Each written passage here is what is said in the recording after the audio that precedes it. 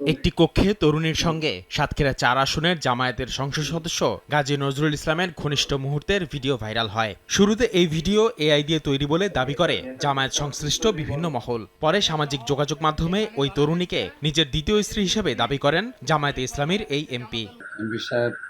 কাবিননামার কাজী মাওলানা বাকিবিল্লাহ সাংবাদিকদের জানান, বিয়ের বিষয়ে কিছু জানেন না তিনি। বড় সাক্ষীরা তার কাছে আসলে ১৭ জুন বিয়ের রেজিস্ট্রি করে দেন তিনি।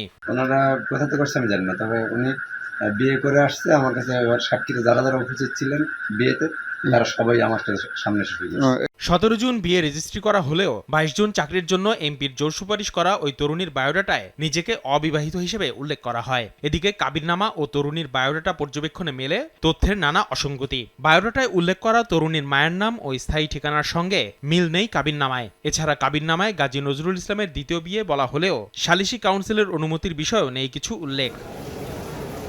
আইনজীবী জানান, মুসলিম পারিবারিক আইন অনুযায়ী একাধিক বিয়ের ক্ষেত্রে সালিসি কাউন্সিলের অনুমতি বাধ্যতামূলক। শুধুমাত্র প্রথম স্ত্রীর সম্মতিতে দ্বিতীয় বিয়ের কোনো বৈধতা নেই আইনে।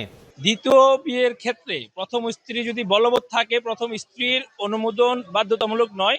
সেখানে স্পষ্ট বলা আছে সালিসি পরিষদ, অর্থাৎ সালিসি পরিষদের অনুমোদনই যথেষ্ট। আর প্রথম স্ত্রী যদি অনুমোদন দেয়ও, সেটা আইনগত কোনো বৈধতা নেই।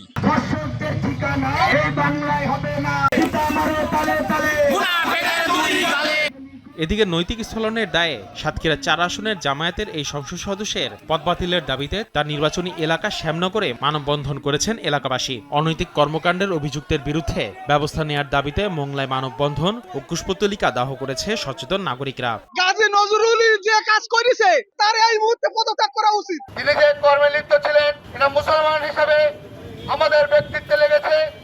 আমরা এর তীব্র প্রতিবাদ ও নিন্দা জানাই। মিষ্টি মিষ্টি কথা বলে নোংরামি করবেন, এটা আমরা মেনে নিতে পারবো না। এদিকে সংসদ সদস্য গাজী নজরুল ইসলামের বিরুদ্ধে অনৈতিক সম্পর্কে প্রমাণ পেলে দলীয়ভাবে কার্যকরী ব্যবস্থা নেওয়া হবে জানিয়ে বিবৃতি দিয়েছে জামায়াতের মিডিয়া সেল।